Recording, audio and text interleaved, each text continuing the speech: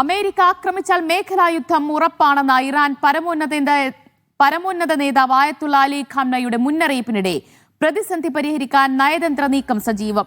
ഇറാനും അമേരിക്കയും തമ്മിൽ ആണവ കരാർ സംബന്ധിച്ച സുപ്രധാന ചർച്ച വെള്ളിയാഴ്ച തുർക്കിയിലെ ഇസ്താംബുളിൽ നടക്കുമെന്നാണ് റിപ്പോർട്ട്. അമേരിക്കയുമായുള്ള ചർച്ചയ്ക്ക് ഇറാൻ പ്രസിഡന്റ് അനുമതി നൽകി. US പശ്ചിമേഷ്യൻ ദൂതൻ സ്റ്റീവ് വിറ്റ്കോഫ്, ഇറാൻ വിദേശകാര്യമന്ത്രി അബ്ബാസ് അറാഖ്ചി എന്നിവരാകും ചർച്ച നടത്തുക. സ്റ്റീവ് വിറ്റ്കോഫ് നാളെ ഇസ്രായേലിലെത്തി നേതാക്കളുമായി ചർച്ച നടത്തും. ചർച്ചയുടെ സാഹചര്യത്തിൽ സൈനിക ഭീഷണികളും നടപടികളും ഇരുപക്ഷവും നിർത്തിവെക്കും. ഇറാനുമായി കരാറിലെത്താൻ കഴിയുമെന്നാണ് പ്രതീക്ഷയെന്ന് US പ്രസിഡന്റ് ഡൊണാൾഡ് ട്രംപ് പറഞ്ഞു. എന്നാൽ രാജ്യ താൽപര്യങ്ങൾക്ക് വിരുദ്ധമായ ഒരു കരാറിലും ഒപ്പുവയ്ക്കില്ലെന്ന് ഇറാൻ നേതൃത്വം വ്യക്തമാക്കി. MCA നാസർ വിവരങ്ങൾ നൽകും. MCA, ഒരു മേഖലാ യുദ്ധം അല്ലെങ്കിൽ ഒരു സൈനിക നടപടിയിലേക്ക് ഇറാനും അമേരിക്കയും നീങ്ങുന്നുവെന്ന സൂചനകൾക്കിടെ ആശങ്കയ്ക്കിടെയാണ് ഇപ്പോൾ ചർച്ചയിലേക്ക് കടക്കുന്നത്. എപ്പോഴായിരിക്കും ചർച്ച? അത് സംബന്ധിച്ച് എന്തൊക്കെ വിവരങ്ങൾ നമുക്ക് ലഭ്യമാണ്? ദിവ്യ, കഴിഞ്ഞ ദിവസങ്ങളിൽ ഉരുണ്ടുകൂടിയിരിക്കുന്ന വലിയ തോതിലുള്ള ഒരു യുദ്ധഭീതി, അതിൽ വലിയ ഒരു സമാധാനം പകരുന്ന ചില വാർത്തകളാണ് ഇന്നിപ്പോൾ പുറത്തു വന്നിരിക്കുന്നത്. എന്തായാലും അമേരിക്കയും ഇറാനും തമ്മിൽ സൈനികമായിട്ടുള്ളതിൽ അപ്പുറം ഒരു നയതന്ത്ര പ്രശ്നപരിഹാരത്തിലേക്ക് കാര്യങ്ങൾ നീങ്ങാനുള്ള ഒരു സാധ്യതയാണ് പുതുതായി രൂപപ്പെട്ടിരിക്കുന്നത്. ഇതിൻ്റെ ഭാഗമായിട്ട് ഇരു രാജ്യങ്ങളും തമ്മിൽ ചർച്ച നടത്താൻ ഏറെക്കുറെ ധാരണയായി എന്ന റിപ്പോർട്ടുകളാണ് ഔദ്യോഗിക വൃത്തങ്ങളെ ഉദ്ധരിച്ചുകൊണ്ട് വിവിധ മാധ്യമങ്ങൾ ഇപ്പോൾ റിപ്പോർട്ട് ചെയ്യുന്നത്. ഇറാനും അമേരിക്കയുടെയും പ്രതിനിധികൾ തമ്മിലുള്ള ആദ്യവട്ട ചർച്ച വെള്ളിയാഴ്ച തുർക്കിയുടെ ഇസ്തംബൂളിൽ നടക്കുമെന്ന് ഏറെക്കുറെ ഉറപ്പായിരിക്കുകയാണ്. ഈ ചർച്ചയിൽ ഇറാൻ വിദേശകാര്യമന്ത്രി അബ്ബാസ് അറാഖ്ചിയും അതോടൊപ്പം തന്നെ അമേരിക്കയുടെ പശ്ചിമേഷ്യൻ ദൂതൻ സ്റ്റീവ് വിറ്റ്കോഫുമായിരിക്കും പങ്കെടുക്കുക. പക്ഷേ ചർച്ചയിൽ ഒരൊറ്റ ഇനം മാത്രമായിരിക്കും ഉണ്ടാവുക എന്നാണ് ഇറാനിയൻ വാർത്താ ഏജൻസി റിപ്പോർട്ട് ചെയ്യുന്നത്. അതിൽ വ്യക്തമാക്കിയിരിക്കുന്നത് ആണവ കരാറുമായി ബന്ധപ്പെട്ട് മാത്രമായിരിക്കും അമേരിക്കയുമായിട്ടുള്ള ചർച്ച നടക്കുക. അവിടെ പോലും തങ്ങളുടേതായിട്ടുള്ള ദേശീയ താൽപ്പര്യങ്ങളെ ഹനിച്ചുകൊണ്ടുള്ള ഒരു ചർച്ചയോ ഉടമ്പടിക്കോ തങ്ങൾ ഒരുക്കമാകില്ല എന്നുകൂടി ഇറാൻ നേതൃത്വം അറിയിച്ചിട്ടുണ്ട്. എന്തായാലും ഈ ചർച്ചയ്ക്ക് ഇറാൻ സന്നദ്ധമായത് നല്ലൊരു നീക്കമാണ്. എന്തായാലും ചർച്ചയുടെ ഫലം എന്ത് എന്ന് നമ്മൾ കാത്തിരിക്കുകയാണ്. അതിനുശേഷം മാത്രമായിരിക്കും തുടർ നടപടികളെന്നുകൂടി ട്രംപ് ഭരണകൂടം വ്യക്തമാക്കിയിട്ടുണ്ട്. ഔദ്യോഗികമായിട്ട് ഈ ചർച്ചയുടെ തീയതിയോ അല്ലെങ്കിൽ മറ്റ് വിശദാംശങ്ങളോ അമേരിക്കൻ നേതൃത്വം ഔദ്യോഗികമായിട്ട് സ്ഥിരീകരിച്ചിട്ടില്ല. പക്ഷേ ലഭ്യമാവുന്ന റിപ്പോർട്ടുകൾ പ്രകാരം മധ്യസ്ഥ രാജ്യം എന്ന നിലയ്ക്ക് തുർക്കിയുടെ ഇസ്തംബൂളിൽ തന്നെ ആയിരിക്കും വെള്ളിയാഴ്ച ചർച്ച നടക്കാൻ പോകുന്നത്. പക്ഷേ ഈ ബാലിസ്റ്റിക് മിസൈൽ ഉൾപ്പെടെയുള്ള പദ്ധതികൾ അതുകൂടി ചർച്ചയുടെ ഭാഗമാക്കണമെന്ന് ഇസ്രായേൽ അമേരിക്കയെ നിർബന്ധിക്കുന്നുണ്ട്. പക്ഷേ അത്തരം കാര്യങ്ങളിലേക്ക് ഒരിക്കലും ഈ ചർച്ച പോകാൻ തങ്ങൾക്ക് താല്പര്യമില്ല എന്ന് തന്നെയാണ് ഇറാൻ നേതൃത്വം വ്യക്തമാക്കിയിരിക്കുന്നത്. കാരണം നയതന്ത്ര പ്രശ്നപരിഹാരം ഉണ്ടെങ്കിൽ അതിൻ്റെ സാധ്യതകൾ തങ്ങളും പ്രയോജനപ്പെടുത്തും. പക്ഷേ ഏതെങ്കിലും അർത്ഥത്തിൽ വലിയ യുദ്ധക്കപ്പലുകളും മറ്റും മുൻനിർത്തിക്കൊണ്ട് ഇറാനെ ആക്രമിച്ച് കീഴ്പ്പെടുത്തി കളയാം എന്നാണ് ശത്രു കരുതുന്നതെങ്കിൽ അവർക്ക് തെറ്റിപ്പോയിരിക്കുന്നു. അതിശക്തമായി തന്നെ തങ്ങളുടെ സൈനിക ശക്തിയിലൂടെ തന്നെ കരാറിലേക്ക് അല്ലെങ്കിൽ അത് സംബന്ധിച്ച സുപ്രധാന ചർച്ചയിലേക്കാണല്ലോ കടക്കുന്നത്. അപ്പോൾ അതിൽ എന്തിലൂന്നിയായിരിക്കും ചർച്ച നടത്തുക? ഇതിൽ അമേരിക്ക മുന്നോട്ട് വയ്ക്കുന്ന വ്യവസ്ഥകൾ, നിർദ്ദേശങ്ങളൊക്കെ എന്തായിരിക്കും? ഇതിൽ 2015 വൻശക്തി രാജ്യങ്ങളായിട്ടുള്ള അമേരിക്കയും ബ്രിട്ടൻ, ഫ്രാൻസ് ഉൾപ്പെടെയുള്ള രാജ്യങ്ങളുമായൊക്കെ ഇറാൻ കരാറിലെത്തിയതാണ്. ഏറ്റവും സുപ്രധാനമായിട്ടുള്ള ഒരു കരാറായിരുന്നു അത് 2018 ട്രംപ് ഭരണകൂടം ഏകപക്ഷീയമായി ആ കരാറിൽ നിന്ന് പിൻവാങ്ങുന്നത്. അതോടുകൂടിയാണ് ഇറാനും അമേരിക്കയും തമ്മിലുള്ള വലിയൊരു സംഘർഷ സാധ്യത വീണ്ടും ഉടലെടുത്തത്. ഇപ്പോൾ ഈ കരാറിൻ്റെ ഭാഗമായിട്ട് അമേരിക്ക മുന്നോട്ട് വെക്കുന്നത് ആണവ പദ്ധതി പൂർണ്ണമായിട്ടും അത്തരമൊരു പദ്ധതിയിൽ നിന്ന് ഇറാൻ പിൻവാങ്ങണം. കാരണം നേരത്തെ ആണവ കേന്ദ്രങ്ങളിൽ അമേരിക്ക B-2 ബോംബർ ഉപയോഗിച്ചുകൊണ്ട് വൻതോതിൽ ബോംബ് വർഷം നടത്തിയിരുന്നു. പക്ഷേ ആണവ കേന്ദ്രങ്ങൾക്ക് എത്ര കണ്ട് നഷ്ടം സംഭവിച്ചു എന്നത് സംബന്ധിച്ച വ്യത്യസ്തമായിട്ടുള്ള റിപ്പോർട്ടുകളാണ് അമേരിക്ക പോലും പുറത്തുവിട്ടിരുന്നത്. പക്ഷേ ഇറാനെ സംബന്ധിച്ചിടത്തോളം ഇറാൻ വ്യക്തമാക്കുന്നത് സമാധാനപരമായിട്ടുള്ള ആവശ്യത്തിന് വേണ്ടിയുള്ള ഈ ആണവ പദ്ധതിയിൽ നിന്ന് പിന്മാറുന്ന പ്രശ്നമില്ല എന്നതാണ്. അതുകൊണ്ട് തന്നെ വെള്ളിയാഴ്ച നടക്കുന്ന ആദ്യഘട്ട ചർച്ചയിൽ പെട്ടെന്ന് ഒരു പരിഹാരം ഉണ്ടാകാനുള്ള സാധ്യത കുറവായിരിക്കും. പക്ഷേ വൻതോതിലുള്ള ആയുധ സന്നാഹങ്ങളും സൈനിക മുന്നൊരുക്കങ്ങളും ഒക്കെ അമേരിക്ക മേഖലയിൽ നടത്തിയിട്ടുണ്ട്. പക്ഷേ ഒരു യുദ്ധത്തിലേക്ക് നീങ്ങുകയാണെങ്കിൽ മേഖലാ യുദ്ധത്തിലേക്കായിരിക്കും അത് പോകുന്നത്. അത് ഗൾഫ് മേഖല ഒന്നാകെ വ്യാപിക്കുന്ന ദീർഘകാലം നിലനിൽക്കുന്ന ഒരു യുദ്ധമായിട്ട് മാറും എന്നൊരു മുന്നറിയിപ്പാണ് ഇന്നലെ ഇറാൻ നേതൃത്വം നൽകിയിരിക്കുന്നത്. ഈ ഒരു സാഹചര്യത്തിൽ കൂടിയാണ് പ്രശ്നപരിഹാരത്തിന് ചില നയതന്ത്ര നീക്കങ്ങളാണ് ഏറ്റവും അഭികാമ്യമെന്ന ഒരു തീർപ്പിലേക്ക് അമേരിക്കയും എത്തിച്ചേർന്നിരിക്കുന്നത്. ഗൾഫ് രാജ്യങ്ങളും തുർക്കിയുമാണ് ഇതിൽ നിർണായകമായിട്ടുള്ള പങ്കുവച്ചിരിക്കുന്നത്. അതുമാത്രമല്ല, ഇത്തരമൊരു ആക്രമണം ഉണ്ടാവുകയാണെങ്കിൽ ശക്തമായിട്ടുള്ള ചില തീരുമാനങ്ങൾ തങ്ങൾ കൈക്കൊള്ളുമെന്ന് റഷ്യയും ചൈനയും മുന്നറിയിപ്പ് നൽകിയതും ഒരുപക്ഷെ ഈ ചർച്ചയുടെ സാധ്യതകൾ പ്രയോജനപ്പെടുത്താൻ അമേരിക്കൻ നേതൃത്വത്തെ പ്രേരിപ്പിച്ചിട്ടുണ്ട്. പക്ഷെ അതേസമയം ഇസ്രായേൽ വളരെ ശക്തമായിട്ടുള്ള നിലപാടിൽ തന്നെയാണ്. കാരണം ആണവ പദ്ധതികൾ ഉപേക്ഷിക്കണം ഇറാൻ, അതോടൊപ്പം തന്നെ ബാലിസ്റ്റിക് മിസൈൽ പദ്ധതികളിൽ നിന്ന് പരമാവധി കുറവ് വരുത്തണം എന്ന നിർദ്ദേശമാണ് ഇസ്രായേൽ നേതൃത്വം മുന്നോട്ട് വെക്കുന്നത്. ഇപ്പോൾ നാളെ സ്റ്റീവ് വിറ്റ്കോഫ് അമേരിക്കയുടെ പശ്ചിമേഷ്യൻ ദൂതനാണ്. അദ്ദേഹം ഇസ്രായേലിൽ എത്തുന്നുണ്ട്. ഇസ്രായേൽ നേതാക്കളുമായി അദ്ദേഹം ചർച്ച നടത്തിയിട്ടായിരിക്കും വെള്ളിയാഴ്ച ഇറാൻ വിദേശകാര്യമന്ത്രിയുമായിട്ടുള്ള ചർച്ചയ്ക്ക് തയ്യാറാവുന്നത്. അപ്പോൾ ചർച്ചയാകാമെങ്കിലും അതിൽ രാജ്യവിരുദ്ധമായ ഒരു കരാറാണ് എങ്കിൽ അതിൽ ഒപ്പുവയ്ക്കില്ല എന്നല്ലേ ഇറാന്റെ പ്രതികരണം? തീർച്ചയായിട്ടും ദിവ്യ, വളരെ ശക്തമായിട്ടുള്ള നിലപാടാണ് ഇന്നിപ്പോൾ ദേശീയ സുരക്ഷാ സമിതിയുടെ മേധാവി അലി ലാരിജാനി ഉൾപ്പെടെയുള്ളവർ വ്യക്തമാക്കിയിരിക്കുന്നത്. ഇറാൻ കൈക്കൊണ്ടിരിക്കുന്ന പ്രഖ്യാപിതമായിട്ടുള്ള നിലപാടുകളുണ്ട്. അതിലേറ്റവും പ്രധാനമെന്നത് സമാധാനമായിട്ടുള്ള ഒരു ആവശ്യത്തിന് വേണ്ടി ആണവ പദ്ധതിയുമായി മുന്നോട്ട് പോകും. അതേസമയം ആണവായുധം നിർമ്മിക്കാനോ അത് പ്രയോജനപ്പെടുത്താനുള്ള ഒരു നീക്കവും ഇറാനില്ല. അത്തരമൊരു താല്പര്യങ്ങൾക്ക് ഇറാൻ വിരുദ്ധമാണ് എന്നൊരു നിലപാട് തന്നെയാണ് ഇറാൻ നേതൃത്വം പ്രഖ്യാപിച്ചിരിക്കുന്നത്. പക്ഷേ ഇവിടെ വൈരുദ്ധ്യമുള്ളത് അമേരിക്ക ആഗ്രഹിക്കുന്നത് പൂർണ്ണമായിട്ടും ഈ ആണവ പദ്ധതി ഇറാൻ ഉപേക്ഷിക്കണമെന്നാണ്. പക്ഷേ ആ വൈരുദ്ധ്യം എത്ര കണ്ട് തീർക്കാൻ സാധിക്കും? ഈ ചർച്ചയിലൂടെ എത്ര കണ്ട് ഇളവുകൾ നൽകാൻ ഇറാന് സാധിക്കുമെന്ന ചോദ്യം സ്വാഭാവികമായിട്ടും ഉയരും. അത്തരം ഒരു ഘട്ടത്തിൽ എന്തായിരിക്കും അമേരിക്കയുടെ അടുത്ത നീക്കം എന്നത് ഏറ്റവും പ്രധാനമായിരിക്കും. എന്തായാലും വെള്ളിയാഴ്ച നടക്കാൻ പോകുന്നതായിട്ട് വാർത്താമാധ്യമങ്ങൾ റിപ്പോർട്ട് ചെയ്യുന്ന ഇറാൻ അമേരിക്ക ചർച്ച എന്നത് ഒരുപക്ഷെ ഈ സംഘർഷം ലഘൂകരിക്കുന്നതിൽ വലിയ പങ്കു തന്നെ വഹിക്കും. പക്ഷേ ഞാൻ നേരത്തെ സൂചിപ്പിച്ചതുപോലെ ഇസ്രായേലിന്റെ പരിധി വിട്ട സമ്മർദ്ദം, അതോടൊപ്പം തന്നെ മേഖലയിലെ രാജ്യങ്ങൾ നടത്തുന്ന നയതന്ത്ര നീക്കങ്ങൾ, ഇതിന്റെയൊക്കെ ഫലത്തെക്കൂടി ആശ്രയിച്ച് നിൽക്കും വെള്ളിയാഴ്ച നടക്കാൻ പോകുന്ന ചർച്ചയുടെ ഫലം. ശരി, എന്തായാലും ആശങ്കകൾക്കിടെ പരസ്പരമുള്ള സൈനിക ഭീഷണിക്കിടെ ഇപ്പോൾ ഒരു ചർച്ചയിലേക്ക്, ആണവ കരാർ ചർച്ചയിലേക്ക് അമേരിക്കയും അതുപോലെ തന്നെ ഇറാനും നീങ്ങുകയാണ്. തുർക്കിയിലെ ഇസ്താംബുളിൽ വെള്ളിയാഴ്ചയായിരിക്കും ആണവ കരാർ സംബന്ധിച്ച ചർച്ച നടക്കുക എന്നാണ് നമുക്കറിയാൻ കഴിയുന്നത്. MC നാസറാണ് വിശദാംശങ്ങൾ നൽകിയത്. റഫ അതിർത്തി തുറന്ന ശേഷവും ഫലസ്തീനികളുടെ ദുരിതത്തിന് അറുതിയായില്ല. അടിയന്തര ചികിത്സ ആവശ്യമുള്ള ആയിരക്കണക്കിന് രോഗികളാണ് റഫയിൽ ഇസ്രായേലിന്റെ അനുമതിക്കായി കാത്തുകഴിയുന്നത്. വിരലിലെണ്ണാവുന്ന ആളുകൾ മാത്രമാണ് അതിർത്തി ക്രോസിംഗ് വഴി ഇന്ന് ഈജിപ്തിലെത്തിയത്. അതിനിടെ 24 മണിക്കൂറിനിടെ 5 പേർ കൂടി ഇസ്രായേൽ ആക്രമണത്തിൽ കൊല്ലപ്പെട്ടു.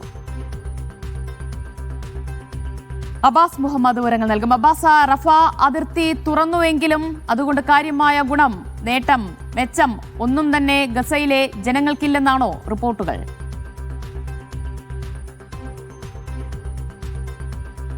ദിവ്യ, തീർച്ചയായും ഫെബ്രുവരി 1 അഥവാ ഇന്നലെയാണ് ഈ റഫ അതിർത്തി പരീക്ഷണാടിസ്ഥാനത്തിൽ തുറന്നത്. ഇന്ന് അത് സമ്പൂർണ്ണമായി തുറന്നു എന്ന് ഇസ്രായേൽ പറയുന്നു. എന്നാൽ നമുക്ക് മനസ്സിലാകുന്ന പ്രകാരം വളരെ പരിമിതമായ അളവിൽ മാത്രമാണ് റഫ അതിർത്തി തുറന്നിട്ടുള്ളത് എന്നാണ്. ഇന്ന് ഈ അതിർത്തിയിലൂടെ, റഫ ക്രോസിങ്ങിലൂടെ കടന്നു പോകാൻ അനുമതി ലഭിച്ചവർ ഈ പരിക്കേറ്റവരാണ്. യുദ്ധത്തിൽ പരിക്കേറ്റ ഫലസ്തീനികൾക്കാണ് ഈ അനുമതി ലഭിച്ചിട്ടുള്ളത്.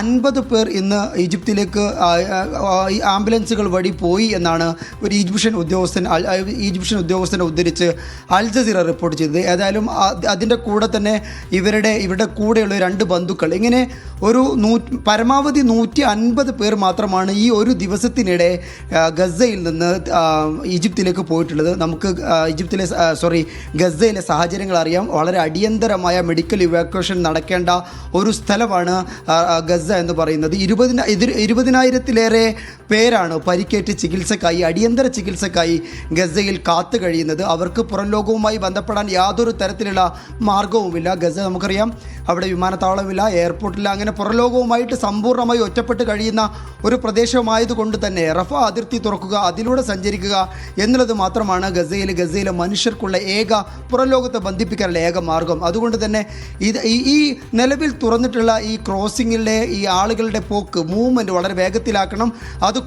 ഇത് ഇരട്ടിയിലെ എന്താ പറയുക, അത് വളരെയധികം ഇരട്ടിയാക്കണം എന്നുള്ളതാണ് ഈ ഗസക്കാരുടെയും അതുപോലെ ഹമാസിൻ്റെയും ബന്ധപ്പെട്ട അന്താരാഷ്ട്ര ഏജൻസികളുടെയും നിലപാട്. എന്നാൽ മാത്രമേ ഗസ ഇന്ന് അനുഭവിക്കുന്ന ഈ മെഡിക്കൽ എക്യുപ്മെൻസിന് പ്രശ്നങ്ങൾക്കൊക്കെ പരിഹാരം ഉണ്ടാകുമെന്ന് അവർ ചൂണ്ടിക്കാട്ടുന്നു. ഏതായാലും ആദ്യ ദിവസം ഞാൻ നേരത്തെ പറഞ്ഞതുപോലെ തന്നെ വെറും 50 ആളുകൾക്ക് മാത്രമാണ് ഗസയിൽ നിന്ന് ഈജിപ്തിലേക്ക് പോകാനുള്ള അനുമതി ഉണ്ടായിട്ടുള്ളത്. ഈജിപ്തിൽ 150ഓളം ആശുപത്രികൾ ഗസക്കാരെ ചികിത്സിക്കാൻ വേണ്ടി മാത്രം സജ്ജമാണ് എന്ന് അൽ ജസീറ അടക്കമുള്ള മാധ്യമങ്ങൾ റിപ്പോർട്ട് ചെയ്യുന്നു. എന്നാൽ കർശനമായ സുരക്ഷാ പരിശോധന, സ്വാഭാവികമായിട്ടും റഫേൽ ഒരു പരിശോധന അരമണിക്കൂറൊക്കെ വേണമെന്നുള്ളതാണ് മാധ്യമങ്ങൾ റിപ്പോർട്ട് ചെയ്യുന്നത്. ഇത് 5 മണിക്കൂറൊക്കെ എടുത്താണ് നിലവിൽ പരിശോധന നടക്കുന്നത്. ഇങ്ങനെ ഇത്രയും വലിയ പരിശോധനയ്ക്ക് ശേഷം ഇത്രയും കൂടുതൽ ആളുകൾ, ഞാൻ നേരത്തെ സൂചിപ്പിച്ച പോലെ തന്നെ 20,000-ലേറെ ആളുകൾ അടിയന്തരമായി ഈജിപ്തിലേക്ക് പോകാൻ തയ്യാറെടുത്ത് നിൽക്കുന്നുണ്ട്. അവർ എന്ന് പോയി കഴിയുമെന്നുള്ള ഒരു ആശങ്ക നിലനിൽക്കുന്നുണ്ട്.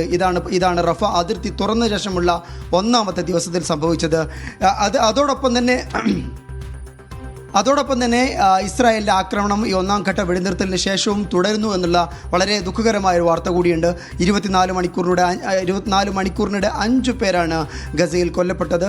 നമുക്കറിയാം 2 ദിവസം മുമ്പ് നടന്ന ആക്രമണത്തിൽ 31 പേർ, അതിൽ 7 പേർ കുഞ്ഞുങ്ങളാണ് എന്നുകൂടി നമ്മൾ ഓർക്കണം.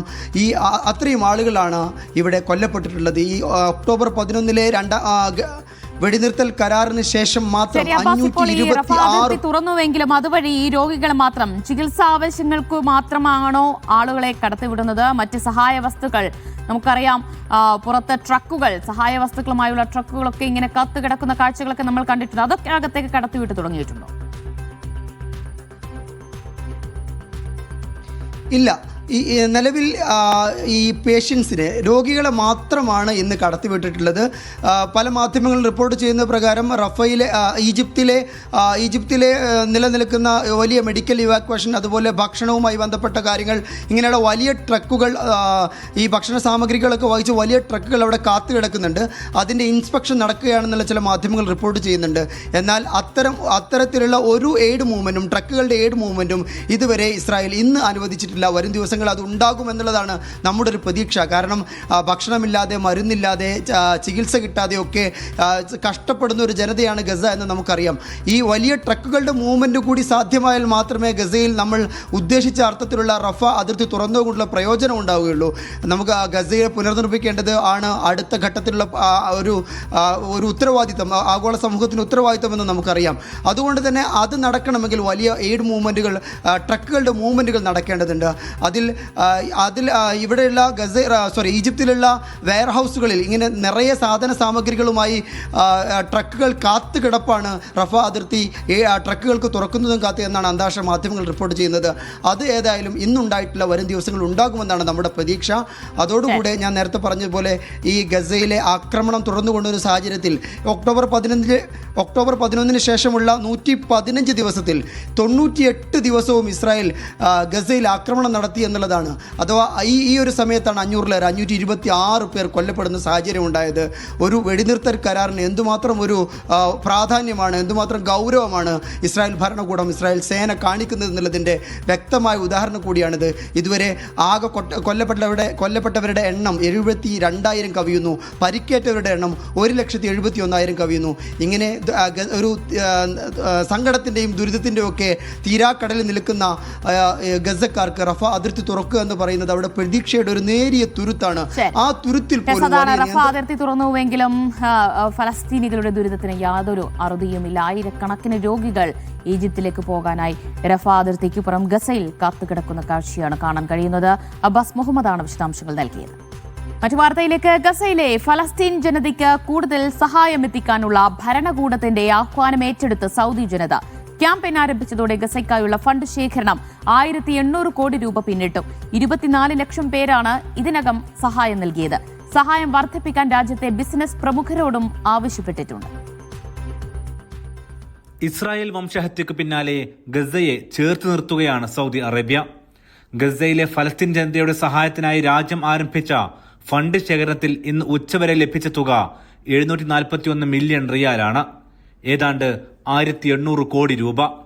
ഇതോടൊപ്പം രാജ്യത്തെ ചേംബറുകൾ ബിസിനസ്സുകാരോട് സജീവമായി ഫണ്ട് ശേഖരണത്തിൽ ഭാഗമാകാൻ നിർദ്ദേശം നൽകിയിട്ടുമുണ്ട്. ഫണ്ട് ശേഖരണത്തിലൂടെ ലഭിക്കുന്ന തുക ഉപയോഗിച്ച് ഭക്ഷണം, വസ്ത്രം, മരുന്നുകൾ, താൽക്കാലിക വീടുകൾ, ആശുപത്രി നിർമ്മാണം, ഹൌസിംഗ് കോംപ്ലക്സുകൾ എന്നിവയാണ് സൗദി നൽകുക. അന്താരാഷ്ട്ര സംവിധാനങ്ങളുമായി സഹകരിച്ചാണ് നടപ്പാക്കുന്നത്. നിലവിലെ സാമ്പത്തിക സഹായത്തിന് പുറമെ 2023 ഒക്ടോബറിന് ശേഷം 80ഓളം വിമാനങ്ങളിലായി സഹായം ഗസയിലേക്ക് എത്തിച്ചിട്ടുണ്ട്. 8 കപ്പലുകളും സഹായം എത്തിക്കാനായി ഉപയോഗിച്ചു. സൗദി ഭരണാധികാരികളായ സൽമാൻ രാജാവ്, കിരീടാവകാശി മുഹമ്മദ് ബിൻ സൽമാൻ രാജകുമാരൻ എന്നിവരുടെ നിർദ്ദേശപ്രകാരമാണ് campaign. King Salman Centre for relief and humanitarian എയ്ഡിന് കീഴിലാണ് പ്രവർത്തന ഏകോപനം. Aftab Rahman, media 1, Riyadh. നേരത്തെ ടിക്കറ്റ് എടുക്കുന്നവർക്ക് 20% വരെ നിരക്കിളവ് പ്രഖ്യാപിച്ച എയർ ഇന്ത്യ എക്സ്പ്രസ്. ഈ മാസം 5-ന് മുൻപ് ടിക്കറ്റ് എടുക്കുന്നവർക്കാണ് ആനുകൂല്യം. UAE-യിൽ നിന്ന് യാത്ര ചെയ്യുന്നവർക്ക് 320 ദിർഹം മുതൽ ടിക്കറ്റ് ലഭ്യമാകുമെന്ന് വിമാന കമ്പനി അറിയിച്ചു. ഈ മാസം 11 മുതൽ ഡിസംബർ 31 വരെ നടത്തുന്ന യാത്രയ്ക്കായി ഈ മാസം 5-ന് മുൻപ് ടിക്കറ്റ് എടുക്കുന്നവർക്കാണ് നിരക്കിളവ്. 320 UAE dirham, 23 Oman rial, 46 Bahrain dinar, 378 Qatar riyal, 27 Kuwait dinar, 286 Saudi riyal എന്നിങ്ങനെയാവും വിവിധ രാജ്യങ്ങളിൽ നിന്നുള്ള ലൈറ്റ് ടിക്കറ്റ് നിരക്ക് ആരംഭിക്കുക. ഓഫർ കാലയളവിൽ എയർ ഇന്ത്യ എക്സ്പ്രസ് വെബ്സൈറ്റിലൂടെയോ മൊബൈൽ ആപ്പിലൂടെയോ ബുക്ക് ചെയ്യുന്നവർക്ക് കൺവീനിയൻസ് ഫീസ് ഈടാക്കില്ല. ഒരു തവണ സൗജന്യമായി യാത്രാ തീയതി മാറ്റാനും സാധിക്കും. എക്സ്പ്രസ് ലൈറ്റ് നിരക്കുകളിൽ യാത്ര ചെയ്യുന്നവർക്ക് സൗജന്യ ക്യാബിൻ ബാഗേജിന് പുറമെ അധിക ചെക്ക് ഇൻ ലഗേജ് ഉണ്ടെങ്കിൽ ആഭ്യന്തര യാത്രകളിൽ 15 കിലോ ബാഗേജിന് 1500 രൂപയും അന്താരാഷ്ട്ര വിമാനങ്ങളിൽ 20 കിലോയ്ക്ക് 2500 രൂപയുമാണ് ഈടാക്കുക. ഈ കാലയളവിൽ വെബ്സൈറ്റിലൂടെ ടിക്കറ്റ് എടുക്കുന്ന ന്യൂ പാസ് അംഗങ്ങൾക്ക് ബിസ് ക്ലാസ് നിരക്കിൽ 25% കിഴിവും പ്രഖ്യാപിച്ചിട്ടുണ്ട്. Media 1, Dubai. ഓൺലൈൻ ടാക്സി ഡ്രൈവർമാർക്ക് ഫേസ് ID നിർബന്ധമാക്കാനൊരുങ്ങി സൗദി അറേബ്യ. ഈ വർഷം മാർച്ചിനകം നിയമം നടപ്പാക്കും. മേഖലയുമായി ബന്ധപ്പെട്ട് വർദ്ധിച്ചു വരുന്ന നിയമലംഘനങ്ങളുടെ സാഹചര്യത്തിലാണ് തീരുമാനം. കൂടുതൽ വിവരങ്ങളുമായി റിയാദിൽ നിന്നും മിഷാൽ ചെർപ്പുളശ്ശേരിയാണ് ചേരുന്നത്. മിഷാൽ, എന്താണ് ഫേസ് ID നിർബന്ധമാക്കുന്നതിലേക്ക് എത്തിയത്? ദിവ്യ, സൗദിയിലെ ഓൺലൈൻ ടാക്സി മേഖലയിലാണ് പുതിയ നിയമം നടപ്പാക്കാനിരിക്കുന്നത്. ഈ മേഖലയിൽ ജോലി ചെയ്യുന്ന മുഴുവൻ ഡ്രൈവർമാർക്കും ഫേസ് ID നിർബന്ധമാക്കും എന്നതാണ് പുതിയ നിയമം. ഈ നിയമം നടപ്പാക്കുക ഈ വർഷം മാർച്ചോടെയായിരിക്കും. സൗദി പൊതുഗതാഗത മന്ത്രാലയത്തിൻ്റെതാണ് ഈ ഒരു പുതിയ തീരുമാനം. അതല്ലെങ്കിൽ ഈ ഒരു മന്ത്രാലയമാണ് പുതിയ തീരുമാനം നടപ്പാക്കാനിരിക്കുന്നത്. ഡ്രൈവർ ഐഡന്റിറ്റിയുമായി ബന്ധപ്പെട്ട നിരവധി കേസുകൾ നിലവിൽ നിലനിൽക്കുന്ന സാഹചര്യത്തിലാണ് ഇത്തരം ഒരു തീരുമാനത്തിലേക്ക് മന്ത്രാലയം എത്തിയിരിക്കുന്നത്. പലപ്പോഴും യാത്രക്കാരൻ ബുക്ക് ചെയ്യുന്ന സമയത്ത് കാണിക്കുന്ന വാഹനമോ അതല്ലെങ്കിൽ ഡ്രൈവറോ അല്ല സേവനം നൽകാനായി എത്തുന്നത്. ഇതിലൂടെ വലിയ രീതിയിലുള്ള നഷ്ടങ്ങൾ, പണനഷ്ടമടക്കം ഉണ്ടാവാറുണ്ട്. അതോടൊപ്പം തന്നെ യാത്രക്കാരൻ പലപ്പോഴും വഞ്ചിക്കപ്പെടാനുമുള്ള സാഹചര്യമുണ്ട്. ഇത്തരം നിരവധി കേസുകളും നിലനിൽക്കുന്ന സാഹചര്യത്തിലാണ് മന്ത്രാലയം ഈ ഒരു പുതിയ തീരുമാനത്തിലേക്ക് എത്തിയിരിക്കുന്നത്. ഈ ഒരു പുതിയ തീരുമാനം നടപ്പാക്കുന്നതിന്റെ ഭാഗമായി മന്ത്രാലയം ഒരു പുതിയ ഇലക്ട്രോണിക് പ്ലാറ്റ്ഫോം ഉണ്ടാക്കും. ഈ ഒരു പ്ലാറ്റ്ഫോമിലേക്ക് ഈ മുഴുവൻ ഡ്രൈവർമാരെയും ഡീറ്റെയിലുകൾ, അവരുടെ വിവരങ്ങൾ രജിസ്റ്റർ ചെയ്യാനായി ആവശ്യപ്പെടും. ഇത് കൃത്യമായി പരിശോധിച്ച് ഡ്രൈവറുടെ വിവരങ്ങളും അതോടൊപ്പം തന്നെ വാഹനത്തിന്റെ വിവരങ്ങളും കൃത്യമായി പരിശോധിച്ച് അനലൈസ് ചെയ്തതിന് ശേഷമായിരിക്കും ഈ ഒരു രജിസ്ട്രേഷൻ പൂർത്തിയാക്കാൻ കഴിയുക. ഇതിനുശേഷം ഇവിടുത്തെ പ്രൈവറ്റ് സ്ഥാപനങ്ങൾ, ടാക്സി സ്ഥാപനങ്ങളുടേതടക്കമുള്ള ആപ്പുകളിലേക്ക് ഈ വിവരങ്ങൾ ലിങ്ക് ചെയ്യും. അതിനുശേഷമായിരിക്കും ഈ ഒരു പ്രവർത്തനം പൂർണ്ണമാവുക. ഇതിനുശേഷം ബുക്ക് ചെയ്യുന്ന യാത്രക്കാരന് കൃത്യമായി വാഹനത്തെക്കുറിച്ച് മനസ്സിലാക്കാനും അതോടൊപ്പം തന്നെ ഡ്രൈവറെ ഐഡന്റിഫൈ ചെയ്യാനും കഴിയും എന്നുള്ളതാണ് ഈ ഒരു പുതിയ നിയമത്തിന്റെ പ്രത്യേകത. നിലവിൽ ഈ രാജ്യത്ത് ഈ ഒരു മേഖലയിൽ, ടാക്സി മേഖലയിൽ വലിയ രീതിയിലുള്ള പരിശോധനകളാണ് പുരോഗമിക്കുന്നുണ്ട്. അതോടൊപ്പം തന്നെ നിയന്ത്രണങ്ങളും കടുപ്പിച്ചിട്ടുണ്ട്. ഈ മേഖലയിലെ വലിയ രീതിയിലുള്ള വഞ്ചനകളും അതോടൊപ്പം തന്നെ പ്രശ്നങ്ങളും ചൂണ്ടിക്കാട്ടുന്ന കേസുകൾ നിലനിൽക്കുന്ന സാഹചര്യത്തിലാണ് ഇത്തരമൊരു പുതിയ തീരുമാനത്തിലേക്ക് മന്ത്രാലയം എത്തുന്നത്. അതോടൊപ്പം തന്നെ ഈ മേഖലയിൽ കാണുന്ന നിയമലംഘനങ്ങളോ അതല്ലെങ്കിൽ നേരിടുന്ന പ്രശ്നങ്ങളോ മന്ത്രാലയത്തെ നേരിട്ട് അറിയിക്കാനായി 19929 എന്ന ഏകീകൃത നമ്പറും മന്ത്രാലയം പുറത്തിറക്കിയിട്ടുണ്ട്. ലംഘനങ്ങൾ കുറയ്ക്കുകയാണ് ഇതിലൂടെ സൗദി അറേബ്യ ലക്ഷ്യമിടുന്നത്. വിശാൽ ചെർപ്പുളശ്ശേരിയാണ് വിശദാംശങ്ങൾ നൽകിയത്. സൗദിയിൽ ട്രാഫിക് സിഗ്നലുകളുടെ പ്രവർത്തനത്തിന് ആർട്ടിഫിഷ്യൽ ഇന്റലിജൻസ് സാങ്കേതിക വിദ്യ ഉപയോഗപ്പെടുത്തിയ അധികൃതർ. കിഴക്കൻ സൗദിയിലെ അൽ കോബാർ നഗരത്തിലാണ് ട്രാഫിക് സിഗ്നലുകളെ AI ടെക്നോളജിയുമായി ബന്ധിപ്പിച്ച് പ്രവർത്തനം ആരംഭിച്ചത്. നഗരത്തിലെ തത്സമയ ഗതാഗത കുരുക്ക് വിശകലനം ചെയ്ത് സിഗ്നൽ സ്വയം പ്രവർത്തിക്കുന്നതാണ് രീതി. നഗരത്തിലെ ട്രാഫിക് ഗതാഗതക്കുരുക്കുകൾ കണ്ടറിഞ്ഞ് പ്രവർത്തിക്കാൻ ഇനി സൗദിയിലെ ട്രാഫിക് സിഗ്നലുകൾക്കും ആകും. ആർട്ടിഫിഷ്യൽ ഇന്റലിജൻസ് സാങ്കേതികവിദ്യ ഉപയോഗപ്പെടുത്തിയാണ് പുതിയ മാറ്റം. അൽകോബാർ മുനിസിപ്പൽ ഗവർണറേറ്റാണ് തങ്ങളുടെ നഗരത്തിലെ സിഗ്നലുകളെ AI ടെക്നോളജിയിലേക്ക് മാറ്റിയതായി പ്രഖ്യാപിച്ചത്. ലോകമെമ്പാടുമുള്ള IMD സ്മാർട്ട് സിറ്റി സൂചികയിൽ സ്മാർട്ട് സിറ്റി പദവിയിലേക്ക് അൽകോബാറിനെയും ഉയർത്തുന്നതിന്റെ ഭാഗമായാണ് പദ്ധതിയെന്നും അധികൃതർ വിശദീകരിച്ചു. കൂടുതൽ തിരക്കനുഭവപ്പെടുന്ന ഭാഗങ്ങൾ സ്വയം തിരിച്ചറിഞ്ഞ് ഗതാഗതക്കുരുക്ക് പരിഹരിക്കാൻ പാകത്തിലാണ് സംവിധാനം പ്രവർത്തിക്കുക. നഗരത്തിലെ ഗതാഗത സുരക്ഷയുടെ നിലവാരമുയർത്തുന്നതിന് പദ്ധതി ഏറെ സഹായകരമാകുമെന്നും മുനിസിപ്പൽ അധികൃതർ വ്യക്തമാക്കി. Naushad Irikkur, media 1, Dammam. ഒമാനിലെ തുംറൈത്ത് ഇൻഡസ്ട്രിയൽ സിറ്റി പദ്ധതിക്കായി സൗദി ഫണ്ട് ഫോർ ഡെവലപ്മെന്റ് $4 കോടി സാമ്പത്തിക സഹായം പ്രഖ്യാപിച്ചു.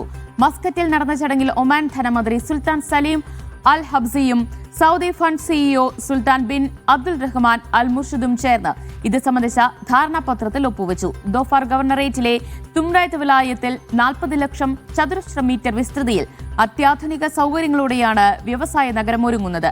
ദോഫാറിലെ വ്യാവസായിക ലോജിസ്റ്റിക്കൽ മേഖലകളെ വികസിപ്പിക്കുക എന്നതാണ് പദ്ധതിയുടെ ലക്ഷ്യം. സൗദിയുടെ വിവിധയിടങ്ങളിൽ ഇടിമിന്നലോടുകൂടിയ മഴയെത്തുമെന്ന് കാലാവസ്ഥാ കേന്ദ്രം. മക്ക, മദീന, തബൂക്ക് പ്രദേശങ്ങൾ ഉൾപ്പെടെയാണ് മഴയ്ക്ക് സാധ്യത.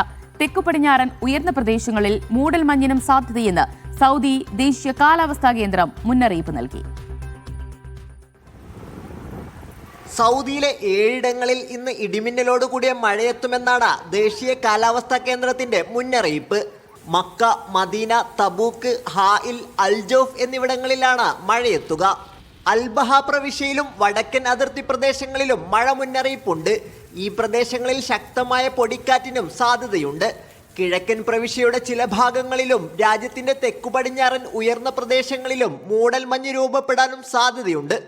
ഇവിടങ്ങളിൽ യാത്ര ചെയ്യുന്നവർ ജാഗ്രത പാലിക്കണമെന്നും സിവിൽ ഡിഫൻസിന്റെ മുന്നറിയിപ്പുമുണ്ട്. Sabith Saleem, media 1, Jeddah. നാളെ ഉച്ച മുതൽ വൈകുന്നേരം വരെ കുവൈറ്റിൽ പലയിടത്തും ഇടിമിന്നലോടുകൂടിയ മഴയ്ക്ക് സാധ്യതയുണ്ടെന്ന് കാലാവസ്ഥാ വകുപ്പ് മുന്നറിയിപ്പ് നൽകി. ഉപരിതല ന്യൂനമർദ്ദം കാരണം താഴ്ന്നതും ഇടത്തരവുമായ മേഘങ്ങൾ വർദ്ധിക്കുമെന്ന് ആക്ടിംഗ് ഡയറക്ടർ ധരാർ അൽ അലി കുവൈറ്റ് വാർത്താ ഏജൻസിയോട് പറഞ്ഞു. നാളെ അർദ്ധരാത്രിക്ക് ശേഷം കാലാവസ്ഥ ക്രമേണ മെച്ചപ്പെടുമെന്നും ബുധനാഴ്ച മുതൽ താപനിലയിൽ ഗണ്യമായ കുറവനുഭവപ്പെടുമെന്നും കാലാവസ്ഥാ കേന്ദ്രം പ്രവചിച്ചു. അറബ് രാജ്യങ്ങളിൽ ഈ വർഷത്തെ റമദാൻ വ്രതം ഫെബ്രുവരിയിൽ 19 ആരംഭിക്കാനാണ് സാധ്യതയെന്ന് ഗോളശാസ്ത്ര വിദഗ്ധർ അഭിപ്രായപ്പെട്ടു. ഇത്തവണ ഷഅബാൻ 30 പൂർത്തിയാക്കിയായിരിക്കും റമദാന് തുടക്കമാവുക.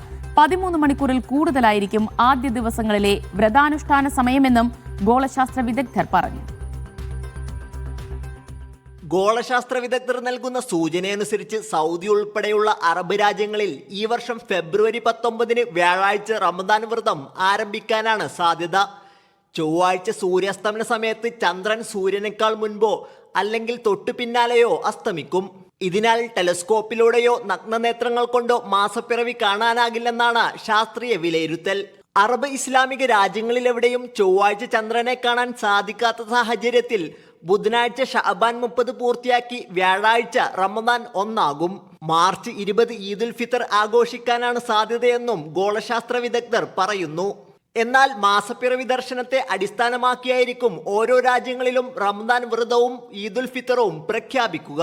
ശൈത്യകാലമായതിനാൽ റമദാനിൽ പകലിന് ദൈർഘ്യം കുറവായിരിക്കും. അതിനാൽ മുൻവർഷങ്ങളെ അപേക്ഷിച്ച് റമദാനിൽ വ്രതത്തിനും ദൈർഘ്യം കുറവാകും. Sabith Saleem, media 1, Jeddah.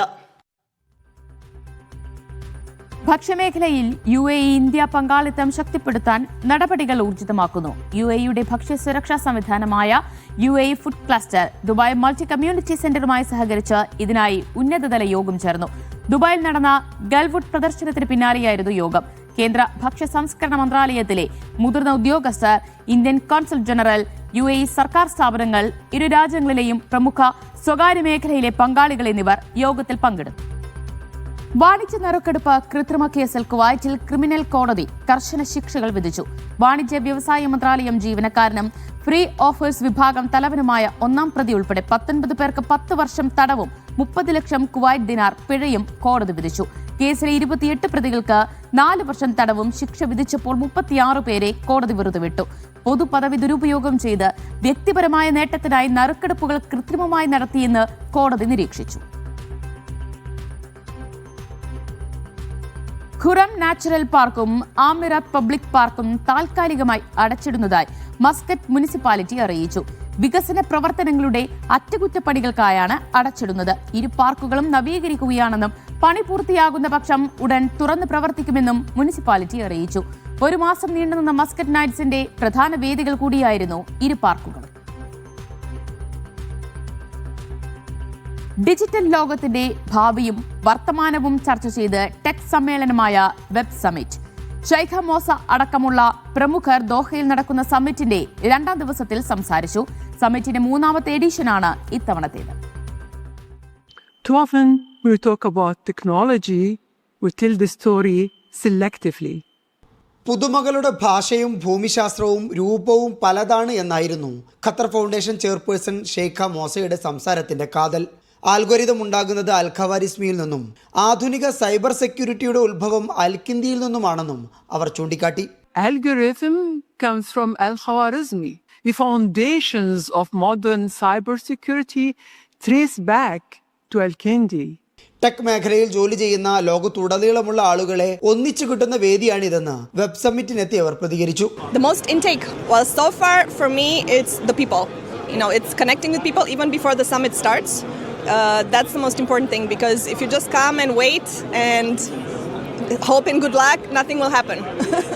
ലോകത്തിൻ്റെ പല ഭാഗത്തു നിന്ന് വരുന്ന ടെക്നോളജി എക്സ്പേർട്സ്, പിന്നെ ലീഡേഴ്സ്, ഇൻഡസ്ട്രി എക്സ്പേർട്സ്, പിന്നെ ഇതിനെക്കുറിച്ചുള്ള ഏറ്റവും അത്യാധുനികമായ ടെക്നോളജീസ് ഉള്ള എല്ലാവിധ ആളുകളുമാണ് ഇവിടെ വരുന്നത്. അപ്പോൾ അതിൻ്റെ ഒരു എഫക്റ്റ് തീർച്ചയായും അത് പല കമ്പനികൾക്കും അതൊരു പ്രോത്സാഹനമാണ്. അതുകൂടാതെ നല്ല രീതിയിൽ ഈ എക്കോണമിക്കും അത് വളരെ നല്ല രീതിയിൽ ബാധിക്കുന്നതാണ്. AI മുതൽ ടെക് ജിയോ പൊളിറ്റിക്സ് വരെയുള്ള വിവിധ വിഷയങ്ങളിൽ 427 വിദഗ്ധരാണ് സമ്മിറ്റിൽ സംസാരിക്കുന്നത്. IBM, TikTok, Google, Microsoft, Meta തുടങ്ങിയ ടെക് ഭീമന്മാർ സമ്മേളനത്തിന്റെ ഭാഗമാണ്. 1637 സ്റ്റാർട്ടപ്പുകളും സമ്മിറ്റിലുണ്ട്. ബസ് Muhammad, media 1, Doha. Muscat night സന്ദർശകരിൽ ഇപ്രാവശ്യവും റെക്കോർഡ് പങ്കാളിത്തം. 1 മാസം നീണ്ടുനിന്ന ഒമാന്റെ തലസ്ഥാനോത്സവത്തിലേക്ക് ഒഴുകിയെത്തിയത് 20 ലക്ഷം പേരാണ്. സന്ദർശകരുടെ മനം കവർന്ന വൈവിധ്യമാർന്ന 168 പരം പരിപാടികളാണ് വിവിധ വേദികളിൽ ഒരുക്കിയിരുന്നത്. 1 മാസം നീണ്ടുന്ന ഫെസ്റ്റിവലിലേക്ക് സ്വദേശികളും പ്രവാസികളും വിദേശ വിനോദസഞ്ചാരികളും അടക്കം 20 ലക്ഷം പേരാണ് സന്ദർശകരായി എത്തിയത്. ഫെസ്റ്റിവൽ അവസാന ദിവസങ്ങളിലേക്ക് അടുത്തപ്പോൾ വലിയ തിരക്കാണ് ഓരോ വേദികളിലും അനുഭവപ്പെട്ടത്. ഗുരം പാർക്കിലും അമരത് പാർക്കിലും തന്നെയായിരുന്നു കൂടുതൽ സന്ദർശകരെത്തിയത്. Oman automobile association ground, Oman convention and exhibition centre, Sur ഹദീദും അനുബന്ധ പരിപാടികളുമായി സന്ദർശകരുടെ മനം കവർന്നു. വ്യത്യസ്തങ്ങളായ 168 പരിപാടികളാണ് വിവിധ വേദികളിൽ 1 മാസം ഒരുങ്ങിയത്. 500-ൽ പരം കൂടുതൽ സ്വദേശികൾക്ക് തൊഴിൽ നൽകാൻ കഴിഞ്ഞെന്നും മുനിസിപ്പാലിറ്റി പറയുന്നുണ്ട്. സമാപന ദിവസത്തിൽ പ്രത്യേകമായി സാഹസിക വിനോദങ്ങൾ, ഡ്രോൺ, ലേസർ ഷോകൾ അരങ്ങേറിയിരുന്നു. ഈ വർഷത്തെ പരിപാടികളിലെ ഏറ്റവും വലിയ ആകർഷണങ്ങളിൽ ഒന്ന് ഗുറം പാർക്കിലെ ഗ്ലോബൽ വില്ലേജും അമറാത്ത് പാർക്കിലെ പരമ്പരാഗത ഗ്രാമവുമായിരുന്നു. വിനോദം, സംസ്കാരം, സാമ്പത്തിക അവസരങ്ങൾ എന്നിവ സംയോജിപ്പിക്കുന്നതിൽ മസ്കറ്റ് നൈറ്റ്സിന്റെ ഈ സീസൺ വലിയ വിജയമായെന്ന് മുനിസിപ്പാലിറ്റി വിലയിരുത്തുന്നുണ്ട്. Media 1, Muscat. ഷാർജയിലൊരുങ്ങുന്ന മീഡിയ 1 സ്റ്റാർ ഷെഫ് പാചക മത്സരത്തിലേക്കുള്ള രജിസ്ട്രേഷൻ പൂർത്തിയായി. മികച്ച പ്രതികരണമാണ് ഓരോ മത്സരങ്ങൾക്കും ലഭിച്ചത്. തുടർച്ചയായി 3ാം തവണയും നെല്ലറയാണ് സ്റ്റാർ ഷെഫിന്റെ മുഖ്യ പ്രായോജകരായി എത്തുന്നത്. ഈ മാസം 8-ന് ഷാർജ സഫാരി മാളിലാണ് UAEയിലെ പാചക പ്രതിഭകളെ കണ്ടെത്താനുള്ള മീഡിയ 1 സ്റ്റാർ ഷെഫ് മത്സരങ്ങൾ നടക്കുക. പ്രധാന മത്സരങ്ങളായ സ്റ്റാർ ഷെഫിലേക്കും ജൂനിയർ ഷെഫിലേക്കുമുള്ള രജിസ്ട്രേഷൻ നടപടികൾ ഇന്ന് പൂർത്തിയായി.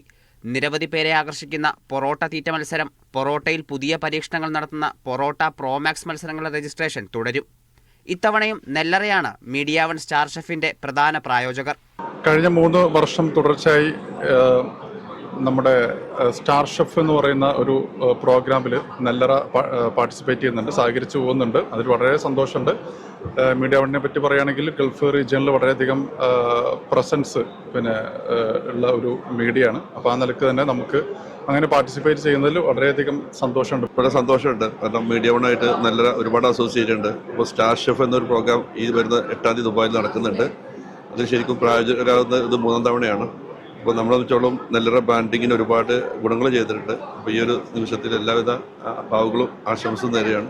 ഷെഫ് പിള്ള, രാജ് കലേഷ്, ഷെഫ് അജീത എന്നിവർ പ്രധാന വിധികർത്താക്കളായി എത്തും. ഫുഡ് വ്ലോഗിംഗ് രംഗത്തെ പ്രശസ്തരായ സുബിൻ മഷൂദ്, തസ്നീം താജ് എന്നിവരുമായുള്ള സംവാദം, ദാന റാസിക്, ദുറ റാസിക് എന്നിവരുടെ സംഗീത വിരുന്ന് എന്നിവ ഇത്തവണത്തെ സ്റ്റാർ ഷെഫ് പരിപാടികളെ കൂടുതൽ ആകർഷകമാക്കും. Media one, Dubai.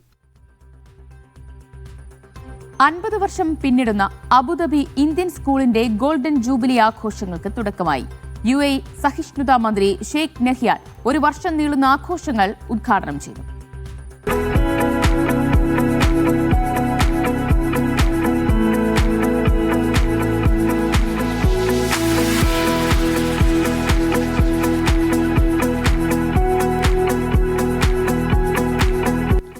ൽ 59 കുട്ടികളുമായി ആരംഭിച്ചതാണ് Abu Dhabi Indian school.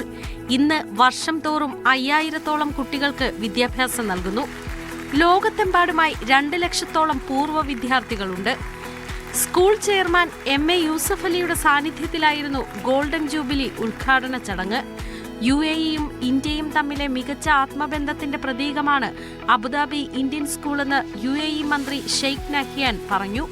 Our nation has always stressed education and human development as the foundation for sustained progress and prosperity. സ്കൂളിന് ഭൂമി അനുവദിച്ച UAE രാഷ്ട്രപിതാവ് ഷെയ്ഖ് സായിദിന് MA യൂസഫ് അലി നന്ദി രേഖപ്പെടുത്തി.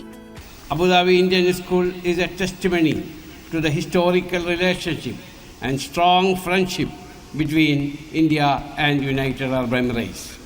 Indian community in Abu Dhabi will always be grateful to late Al-Arhaba Sheikh Zayed bin Sultan Al Nahyan, father of this great nation, for donating the land for constructing this beautiful school. Indian Embassy Councillor Dr. Balaji Ramaswamy, IIT Delhi Abu Dhabi Executive Director Professor Shantanu Roy, CBSE Dubai Director Dr. Ram Shankar, Lulu Financial Holdings MD Abid Ahmad, പൂർവ്വ വിദ്യാർത്ഥിയും ഗായകനുമായ ബെന്നി ദയാൽ തുടങ്ങി നിരവധി പ്രമുഖർ ചടങ്ങിൽ പങ്കെടുത്തു. Media one, Abu Dhabi. Saudi അറേബ്യയിലെ പ്രമുഖ മലയാളി സംരംഭകനും അറേബ്യൻ ഹൊറൈസൺ സ്ഥാപകനുമായ ഷാക്കിർ ഹുസൈനെ മീഡിയ വൺ ഫ്യൂച്ചർ സമ്മിറ്റ് വേദിയിൽ ആദരിച്ചു.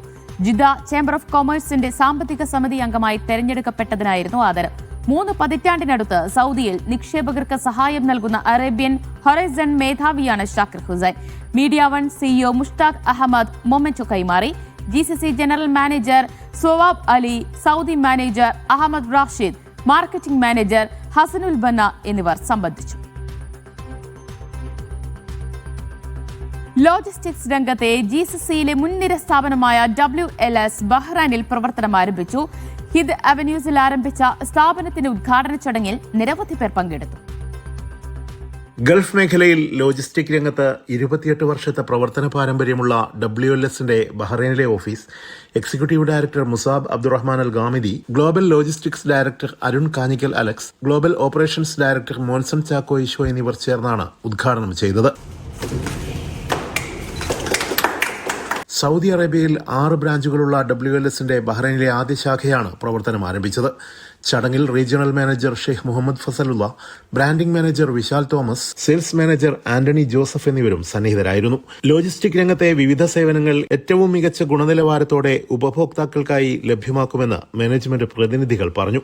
This is Saudi company start before 30 years ago under of Uthman Al Ghamdi group. It has many company. I hope to achieve our goal here in Bahrain and success for all the teams.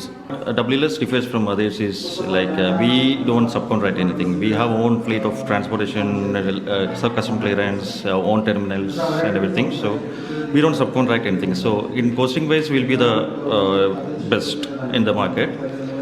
And when I tell about the expansion, like the first quarter in Bahrain, that's already done today, and the second quarter will be in Dubai. And the third quarter, it will be in China, and finally we will be in India on the final quarter. So that's the plan for 2026. 27 വർഷമായിട്ട് Saudi അറേബ്യയുടെ മണ്ണിൽ ഞങ്ങൾ സ്ഥാപനം WLS world wide logistics ഉണ്ട്. മാർക്കറ്റിൽ 5 branches ഞങ്ങളുടെ കമ്പനിക്കുണ്ട്. ഇപ്പോൾ ഞങ്ങൾ ബഹ്റിനിലെ മണ്ണിൽ ഞങ്ങളുടെ ഓപ്പറേഷൻസ് സ്റ്റാർട്ട് ചെയ്യുകയാണ്. ഇന്ന് ഉദ്ഘാടനം നടന്നു. ഇവിടെ നമുക്ക് custom clearance, transportations, terminal facilities ഇതൊക്കെയാണ് ഇവിടെ ഞങ്ങൾ പ്ലാൻ ചെയ്യുന്നത്. 38ഓളം സ്ഥാപനങ്ങളുടെ വിപുലമായ ബിസിനസ് ശൃംഖലയായ ഉസ്മാൻ അൽ ഗാമിദി ഗ്രൂപ്പിന് കീഴിൽ സിഇഒയും മാനേജിംഗ് ഡയറക്ടറുമായ ഖാലിദ് ഉസ്മാൻ അൽ ഗാമിദിയുടെ നേതൃത്വത്തിന് കീഴിൽ 1998 പ്രവർത്തനം ആരംഭിച്ച് ലോജിസ്റ്റിക് രംഗത്ത് മുന്നേറിയ വേൾഡ് വൈഡ് ലോജിസ്റ്റിക് സിസ്റ്റംസ് എന്ന സ്ഥാപനം 2023 WLS എന്ന പേരിൽ റീബ്രാൻഡിംഗ് ചെയ്യപ്പെട്ടത്. UAE, ചൈന തുടങ്ങിയ വിവിധ രാജ്യങ്ങളിലായി WLSന്റെ പുതിയ ശാഖകൾ സമീപഭാവിയിൽ തന്നെ ആരംഭിക്കുമെന്നും മാനേജ്മെന്റ് അറിയിച്ചു. Media 1, Bahrain.